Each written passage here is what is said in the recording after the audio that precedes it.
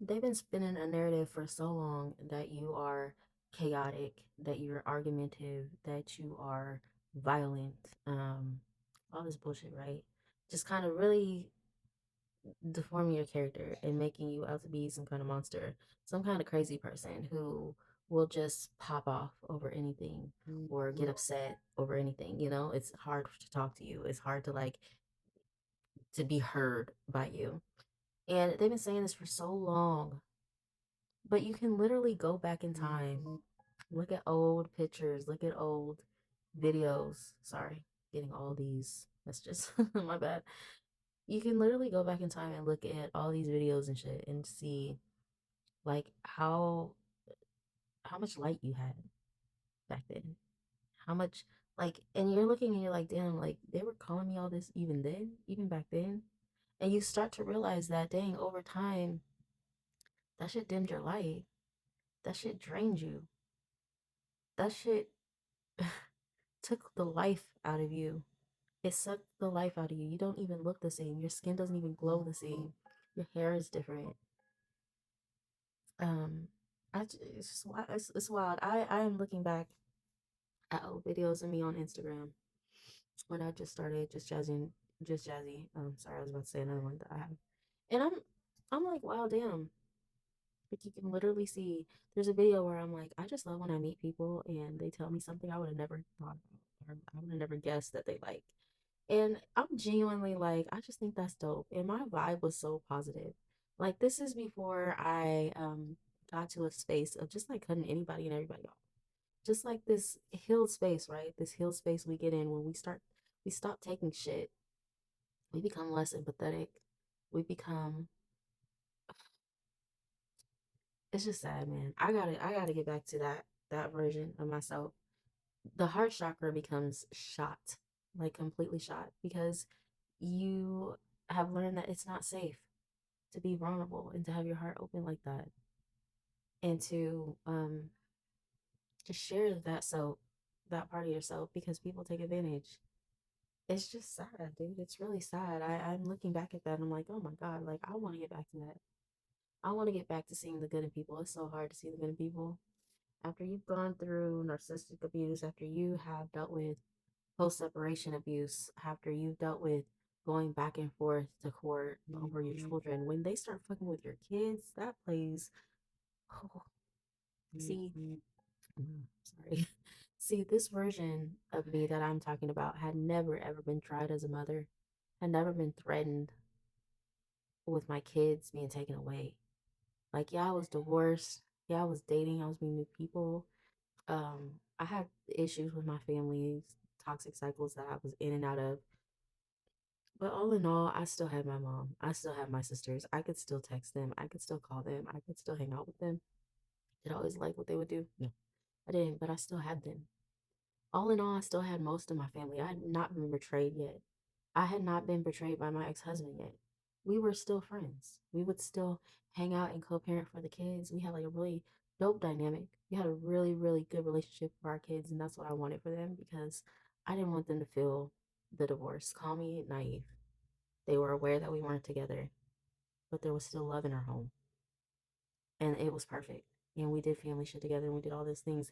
I would say whoever came into my life would have to accept this dynamic because I would not change this for my kids. I would not change it. But it didn't go the same way when it came to being vice versa. It didn't go the same way.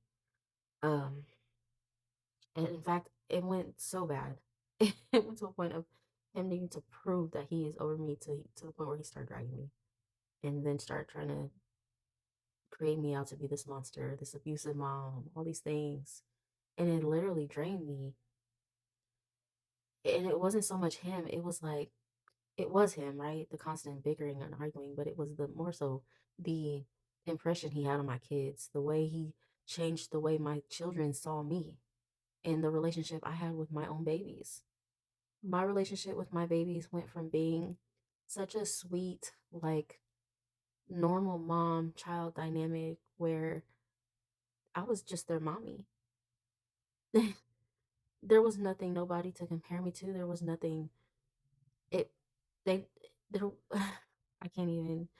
I don't know how to even break this down fully, but I was always that mom who super affectionate with my kids, always going places with my kids, took my kids everywhere.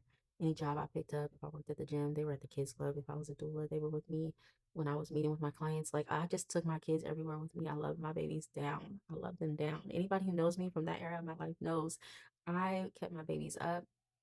I loved my babies so much. Like I was super mom. And I could say that I would go and we stopped taking medicines. I would do natural remedies.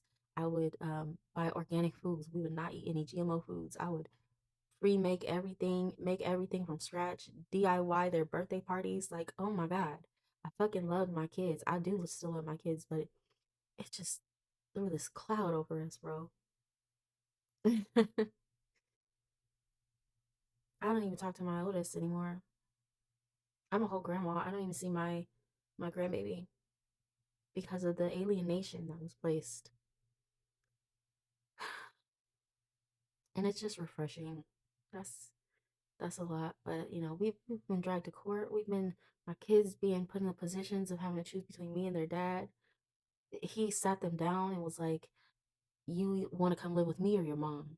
Your mom's not your mom's not following orders," which is a new thing he was doing because for years, like I said, we didn't follow any fucking orders. We just did what was best for the kids. We didn't even realize what that shit said. I had to sit down once he started trying to enforce it, right? Because he didn't start trying to enforce it until after he got with somebody. He was trying to prove that he's no longer into me like that. He started like dragging me with the court order and started like enforcing things that we didn't do on a normal that was like interrupting our child's normal schedule. So I would fight him on it. I'd be like, no, we're not doing that. Like he wanted to, all of a sudden he wanted to take the kids for a month. Kids never been away from me for a month. What are you talking about? We've never done. I've asked you to take the kids for some time during their breaks, and you told me no because you have to work. What are you talking about? You about to take the kids and pick them up, and I'm not gonna see them for a month. What are you talking about? No, you're not. You know, situations like that. He sat the kids down and said, "Your mom's not. She's not complying. She's gonna end up in jail." Man, my kids, my kids been through so much. We've been through so much. And it's just wild to look back at my old self before I ever went through any of that. My skin was glowing. And you know, I say I still have my family and all that. I did. But through all the trials that my ex put me through, it just showed me how much my family was truly there for me. And they literally left me stranded in situations or kicked me when I was fucking down, man, and then went and hung out with the motherfucker who brought me down. So that's why we don't fuck around anymore. But it's just crazy to think that even when you are vibrating high and you are your sweetest version of yourself, a narcissistic person will still cut you down and try to make you seem like the worst person. Don't ever believe that shit. Don't believe it. Even if they've dragged you, don't believe it. You still got life in you. You still got love in your heart. You can still be a beautiful person no matter what they've taken you through. They don't get to choose that for you.